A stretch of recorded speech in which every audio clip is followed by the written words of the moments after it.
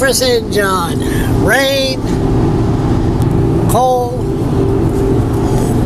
coffee. Tim Hortons. Tim Hortons, the best. Me too, that's in mine. Yeah. And you are again? Carl Urquhart. Member of the Legislative Assembly representing York. Pretty bad you have to listen to all that bullshit inside the ledge, and then you have to listen to me all the way to St. John. Oh, we can handle it. So we're going to St. John. It's a nice Friday morning, not a nice Friday morning, but Friday morning, where are we going? We're going down to Long Wharf off of Smythe, and we're hoping to get 4,000 people to join hands, and we're going to have a green ribbon under, we're all going to have green ponchos on, and we're going to try to form a human chain that will beat the Guinness Book of Records, so we can represent one for every person on a wait list for an organ transplant in Canada. You got some personal involvement in this. I have very personal involvement in this. My story started back in 1998 while I was out on a bear hunt in up the Nashwauk, and I got a call they had taken my wife to the hospital. And as a result of having a few minor problems that should never have happened, she ended up spending 10 years. Her kidneys slowly deteriorated to the point that she lost function of her kidney, and she needed a kidney.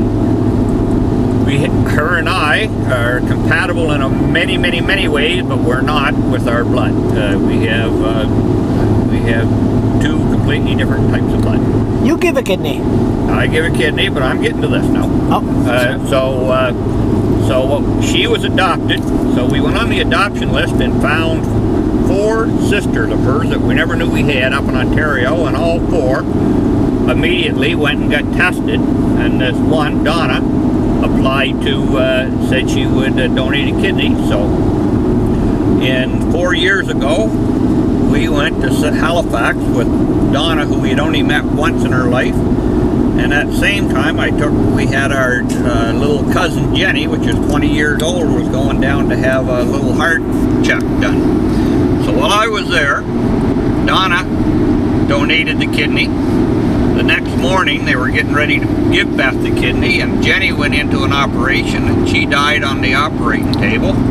And she was brain dead, so they removed her kidneys and her spleen, and they took Donna's kidney and they put it in Beth. So in the recovery room, we had 5 people in that recovery room: Donna, Beth, and 3 other people that received part from my niece, all at the same time. Wow. So as a result of that, I've got 3 new friends, and definitely Donna.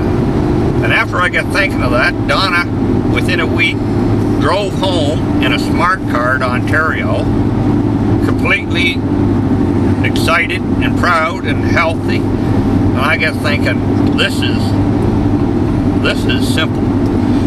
So as a result, we got home, got talking about it, and Beth's cousin Meredith told me her husband Reed, his kidney was almost gone, and he was going to have to go on dialysis. So there was no question of what needed to be done then. I called St. John and said, Reed Cleghorn needs a kidney and I want to be tested.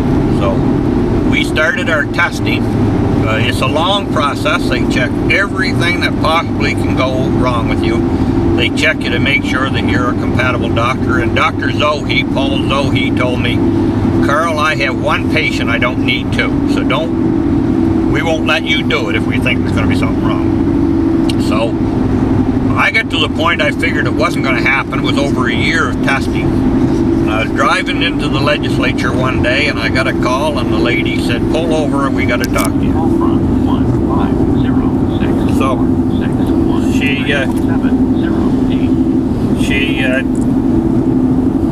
told me that the transplant was going to be in Halifax in a week.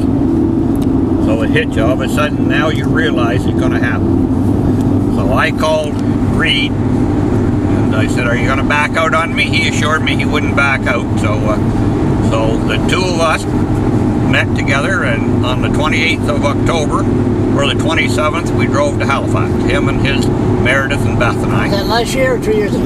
That was last year, last October, gone by.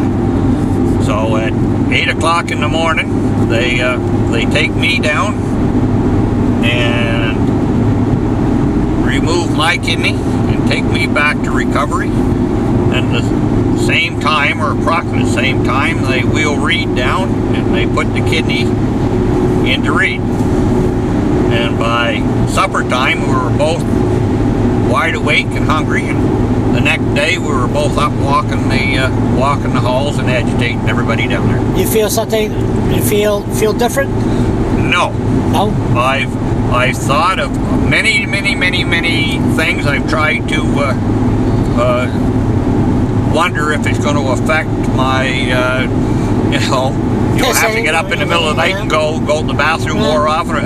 Nothing like that. It's been absolutely nothing. And like Dr. Zoe, he explained to me, we only need 10% of one kidney to survive.